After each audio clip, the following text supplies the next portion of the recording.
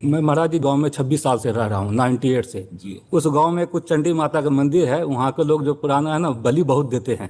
इतने समझाए बलि बंद करो तो नहीं करते हैं। हम ये कहना चाहते हैं कि जगत जननी जगदम्बा, अगर जगत जननी शब्द हट जाए फिर आप कुछ करो तो हम बात तुम्हारी समझें, लेकिन उनको जगत जननी कहा गया है और जगत के अंदर पशु पक्षी भी हैं, वो सबकी माँ है। क्या माँ अपने बेटे की बलि से प्रसन्न होगी? या आज तक जिन्होंने बलि दिया है क्या वो पूर्ण रूप से सुखी, शांति, लोक परलोक में आनंद प्राप्त? नहीं। अगर आपने किसी भी देवी देवता का निमित्त बनाकर पशु की हत्या की है तो उस हत्या का अपराध आपको भोगना पड़ेगा। कोई देवी देवता हत्या से प्रसन्न नहीं होते। देवी देवता प्रसन्न होते हैं कि हम फलों की बलि दें, हम उपवास करें, उनके लिए तप सहें, उनके लिए कष्ट सहें। अन्न का गला उतारने में, पशु पक्षियों को, अबोध जीवों को मारने में कौन सी देवी प्रसन्न हो जाएंगी? वो जगत जननी है, जगदम्बा है, अन्नपूर्णा है, विश्व का भरण पोषण करने वाली।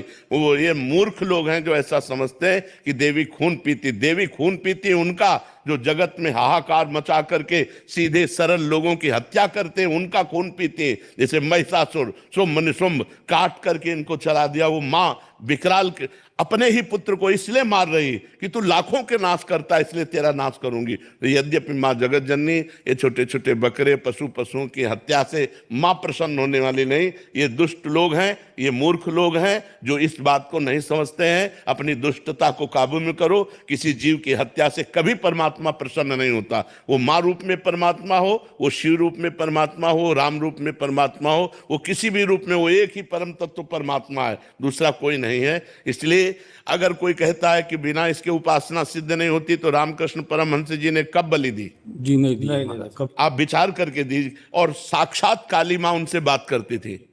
इनके जैसा कौन होगा? मतलब विश्व युगों में ऐसे महापुरुष प्रकट होते हैं और साक्षात्कार किया काली जी का, और कब किसी पशु की बलि चढ़ाई? तो ये मूर्ख लोग हैं जो ऐसा करते हैं। हम प्रार्थना करेंगे उनसे कि वो ऐसा ना करें। अगर बलि ही चढ़ाना है तो नारियल की बलि चढ़ाइए, नींबू की बलि चढ़ाइए। किसी जीव की बलि चढ़ाने से माँ प्रसन्न नहीं होती। अगर प्रसन्न हो जाए माँ, या देवी सर्वभूतेषु बुद्धि रूपेण संस्थिता, तुम्हारी बुद्धि प्रकाशित हो जाएगी, तुम्हें ज्ञान प्रकाशित हो जाए, तुम्हारे अंदर आनंद आ जाएगा। पशुता आती कि आनंद आती?